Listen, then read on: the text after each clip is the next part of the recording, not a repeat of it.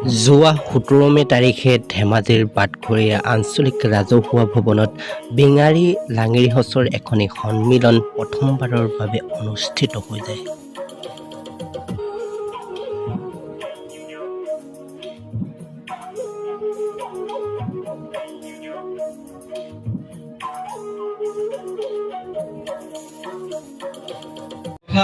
আহি পালোহি আৰু বিশেষ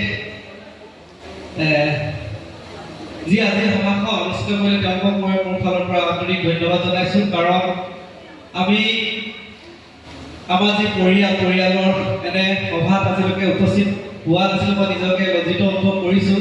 আৰু বিশেষকৈ নকওঁ, ভৱিষ্যতে আপোনালোকৰ যি এই পদক্ষেপ আমি সকলোতে আমি সহযোগিতা আগবঢ়াম। আৰু যিহেতু সেইদিনা বৰষুণ দি আছিলে, সেইকাৰণে অনুষ্ঠানটোত উপস্থিত হোৱাকৈ মোৰ দেৰি হৈছিল। ধেমাজি, লখিমপুৰ আৰু ডিব্ৰুগড়ৰ বহু লোকে ভৰি আছিল তাত। মুখ্য অতিথি হিচাপে উপস্থিত আছিল ডিব্ৰুগড়ৰ ডাক্তৰ জিতেন এহমাল। উক্ত দিনাই তেওঁলোকৰ এখন নতুন সমিতি গঠন হৈ যায়।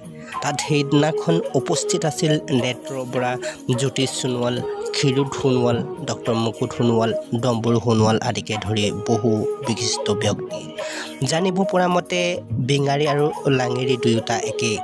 কিছু ঠাইত বেঙাৰী বুলি কৈ আছিল আৰু কিছু ঠাইত লাঙেৰী বুলি কৈ আহিছিল।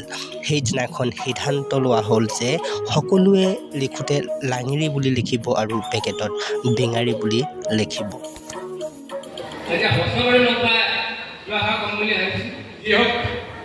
আমি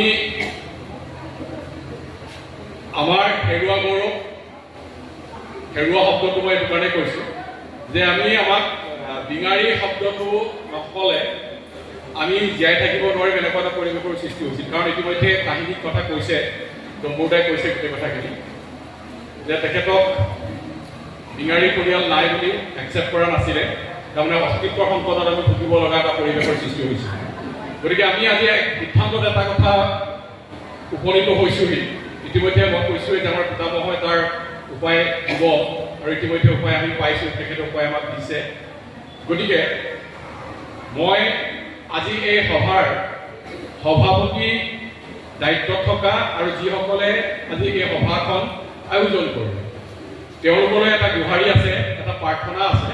সেইটো হৈছে আজি আমাৰ ইয়াত যিকেইটা সিদ্ধান্ত গ্ৰহণ কৰা হৈছে, যে সিদ্ধান্ত মানে যে আমি আমাৰ সচটো লাঙেৰীয়া থাকিব, কিন্তু বেকেটাৰ ভিতৰত যে বেঙাৰী শব্দটো লিখিব লাগিব, এই কথাটো কিন্তু আমাৰ সদৌ অসম বংশাৱলীৰ যি আমাৰ বংশাৱলীত থকা যিকেইটা আমাৰ সচ, সেই সচত কিন্তু বেঙাৰী শব্দটো উল্লেখ নাই।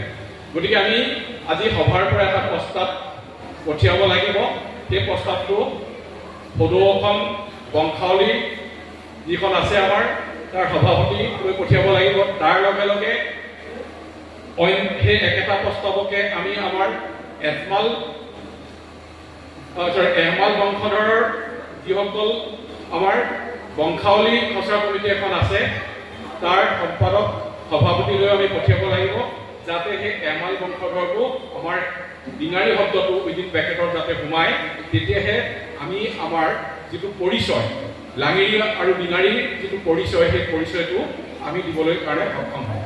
নহ'লে আজি তাৰিখৰ বেঙাৰী নামৰ যে এটা সচ আছে, আমি উত্তৰ পাৰখিনি জানো, কাৰণ আমি সেই তাহানি যুগৰ পৰাই বেঙাৰী কৈ আহিছোঁ।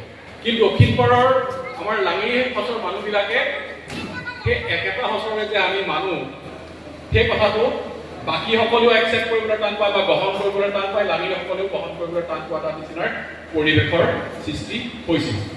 গতিকে এই সমস্যাটোৰ পৰা হাত সৰাৰ উপায়, আজি সমাধান এটা আমি পাইছোঁ আৰু সেই উপায়টো আজি উলিয়াইছে। গতিকে সেই উপায়টো অতি সোনকালে যাতে আমি কাৰ্যকৰী কৰিব পাৰোঁ, তাৰ কাৰণে এই প্ৰস্তাৱকেইটা 3টা জেগালৈ প্ৰেৰণ কৰিব লাগিব।